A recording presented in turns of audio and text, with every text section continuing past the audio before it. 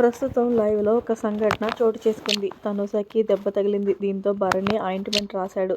దానికి దివ్య చాలా పెద్ద గొడవ పెట్టింది. ఇక ఇందులో భాగంగా తనుజ ఆ గొడవను చూసి చాలా అప్సెట్ అయిందనే చెప్పాలి. ఇక తనుజ అయితే కనుక తన బెడ్రూమ్‌లోకి వచ్చేసి చాలా లోన్లీగా ఫీల్ అవుతూ ఒక బొమ్మను పట్టుకొని తన బాధను వ్యక్తపరుస్తుంది.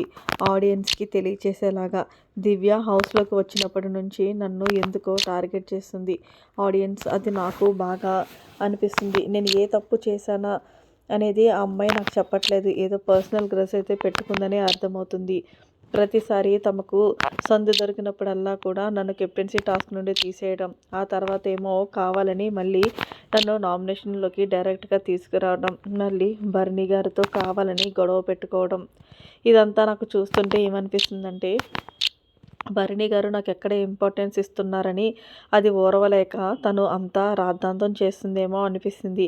అయినా ఆడియన్స్ నాకు అర్థం కానిది, ఇప్పుడు నాకు దెబ్బ తగిలింది, దానికి ఆయన ఆయింట్మెంట్ రాశారు. దాంట్లో ఏముంది? ఇప్పుడు మనకి ఎంత కోపంలో ఉన్నా సరే పక్కన వాళ్ళకి ఏదైనా అయితే వెంటనే మనం దాన్ని చూసి ఇదే ఉంటుంది. ఎందుకంటే మనం జంతువులం కాదు, మనుషులం కాబట్టి. కానీ ఏదేమైనప్పటికీ కూడా దివ్య అలా భరణి గారి మీద అరవటం నాకు నచ్చలేదు ఆడియన్స్. మళ్ళీ నేను ఎక్కడ అరిస్తే నా కెప్టెన్సీలో ఇదవుతుందా అని చెప్పేసి మొత్తానికి నన్ను పోర్ట్రేట్ తప్పుగా చేస్తారని చెప్పి నేనేం మాట్లాడలేకపోతున్నాను. మీరు చూస్తున్నారు కదా, ఈ క్లిప్ మరి ఎపిసోడ్‌లో వస్తుందో లేదో తెలియదు కానీ దివ్య కావాలని నన్ను టార్గెట్ చేసింది. ఏదేమైనప్పటికీ ఆమె ఎంత ఇష్యూ చేయాల్సిన అవసరం కూడా లేదు కదా. అలాగే భరణి గారి దగ్గరికి వెళ్ళి సుమన్ శెట్టి వాళ్ళ ఆవిడ ఇలా మాట్లాడారంట కదా, తనుజతో ఎక్కువ ఉండొద్దని, అది మంచి విషయమే కదా అన్నదట.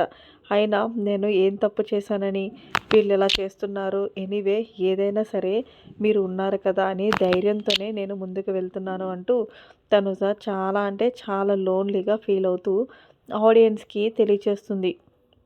మరి మొత్తానికి మీరేమంటారనేది కామెంట్ సెక్షన్‌లో తెలియచేయండి. మరిన్ని లేటెస్ట్ అప్డేట్స్ కోసం మన ఛానల్‌ని సబ్స్క్రైబ్ చేసుకోండి. Thanks for watching. By by. Have a nice day.